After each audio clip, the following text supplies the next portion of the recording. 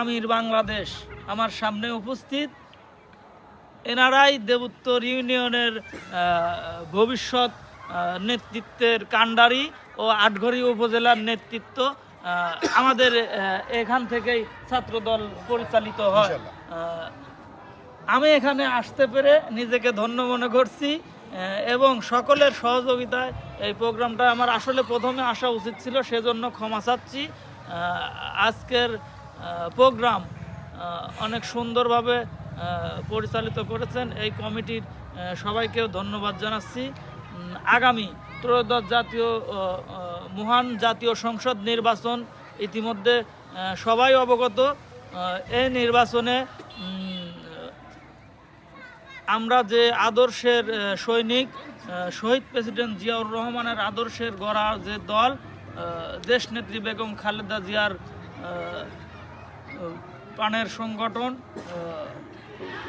ও দেশনায়ক তারেক রহমান, যিনি এখন আমাদের বিএনপির চেয়ারম্যান, উনি আমাদের গর্ব অহংকার, যিনি আগামী বাংলাদেশের প্রধানমন্ত্রী,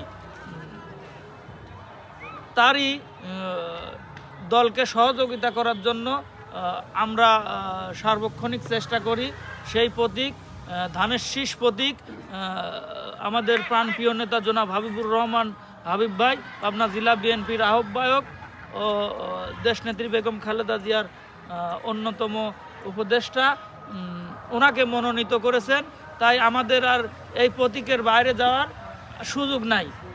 যেহেতু এই দেশকে আগামীতে নেতৃত্ব দেবে, সরকার গঠিত হবে 260 থেকে 70টি আসন নিয়ে, বাংলাদেশ জাতীয়তাবাদী দল বিএনপি আগামী মহান জাতীয় সংসদ নির্বাচনে জয়ী হয়ে সংসদে রাষ্ট্রীয় পরিচালনা করবে ইনশাআল্লাহ।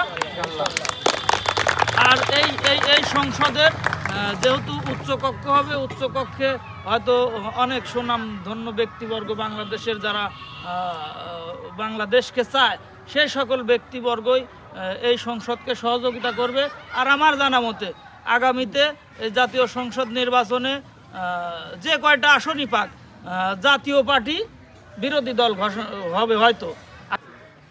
আগামী 12 তারিখ আমাদের নেতা ঘোষণা দিয়েছেন, মানে সবাই রাত্রি সারা রাত প্রয়োজনে ওইখানে প্রত্যেকটা যার যার কেন্দ্র আছে, সেই সকল কেন্দ্র, যার যার ওয়ার্ডে এইখানে যারা আছে ওই কেন্দ্রগুলোতে আমরা রাত থেকেই উল্লাস আনন্দ নিয়ে